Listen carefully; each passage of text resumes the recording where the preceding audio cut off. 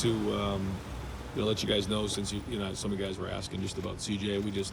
Something typically we do in camp is just shut them down at times with our arms. So that's all that was. You weren't hiding it from the rest of the world. We were not.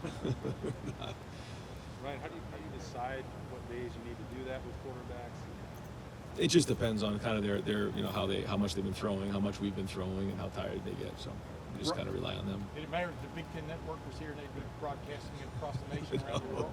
I wish I could orchestrate everything like that, but that's just how it goes. Ryan, how has Quinn started? First couple workouts that you've been able to get him into some. How's he picking it up? I mean, just learning where to go and where the locker room is and everything else. Obviously, if CJ's not out there throwing today, Jack and Kyle are getting more Right. reps. Just what are you continuing to see from those guys as they continue to compete? Yeah, what a great opportunity today for them to really step up and take reps with the ones, and big evaluation this week for those guys as well. And now that we got a few reps this week with the ones, and then by Friday, I think we need to find out who's game ready, and so this is a big week for everybody, but certainly those guys as well. Bear was again wearing a baseball cap. Where is he in terms of his health? Yeah, he's going to be practicing here real soon. Have you decided what you're going to do with that offensive line here? Whether you do this guard? Nah, we're going to kind of get to the end of the week, and then we'll kind of sit down, and that's when a lot of hard decisions have to be made. But very, very impressed with those guys. I think we've created some depth there and some versatility at different positions. And again, a couple more practices here this week, and then we'll kind of decide how we start to prepare for Minnesota. Seems like Denzel Burke and Jalen Johnson were having their names called out there a lot today. Just what are you seeing from those two freshman players? Yeah, I don't know if Quinn, they got pictures of Quinn on the microphone, back in the office somewhere, but they get called out a lot. I don't know if it's for making plays or if they got blackmail on Quinn, but no, they've been making a lot of great plays. They've been, I got to give them a lot of credit. They've been challenging a lot of routes. It's been one of the more competitive preseasons we've had, and if you can cover Chris and Garrett and those guys, then you can have a lot of confidence. You can cover a lot of guys in the country. So I just like the competitive spirit of a lot of those guys back there. When you've watched video of your practices, are you pleasantly surprised or, encouraged by what you're seeing from the defense? I am. Yeah, for sure. What's just jumping out at you? Just the competitive nature. It's every ball's contested. I think that the D-line has done a really good job of getting pressure on the quarterbacks. I think just across the board, the one-on-one matchups have been competitive this preseason. And so, that's got to lead you to believe that it's going to, lead to a promising season. We'll see. You guys still have to play and step up, but there's been a lot of really good practices, a lot of physicality. I think that's the other part of this preseason that I've been impressed with, is how hard we've practiced. And that was another reason we took the pads off today. Are you going to award a Block O jersey like you did last year with Jonathan Cooper? Do you still have that in mind? Yeah, that's the plan.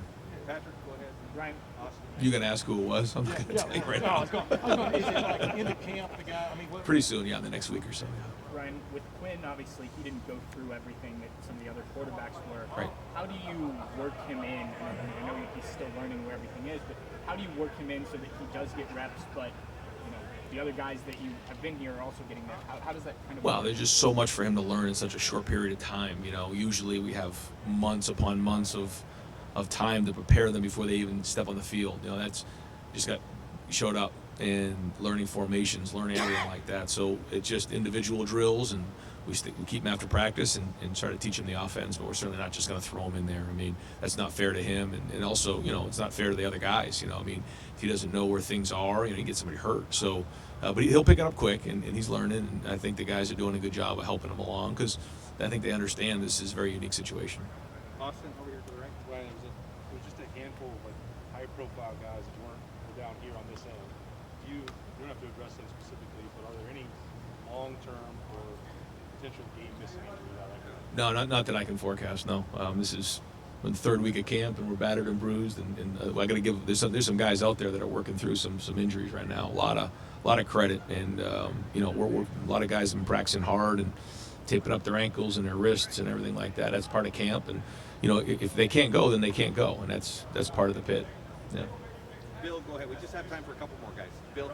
Ryan, I know, as Austin said, a lot of guys who maybe would be defensive starters were not going to play, but it seemed like every time Quinn got on the mic and said first team B, there was different 11 guys out there. How fluid is all that right now? And I guess, is it a good thing that you have that many guys put out there? I think it's twofold. I think there is some depth being being built across the board on defense, but you also got to have your guys, and you got to have the guys that play, and eventually, someone's got to get out there and make it happen. So I think there's a couple things going on. I think one, there's depth being built, but also, by the end of the week, we got to find out who those guys are when we kick off against Minnesota in that first round, first play. Who's going to be out there, and who are we counting on? So I'm excited because I think we do have a lot of options there, and I think guys have practiced well. Last question over here, Nathan.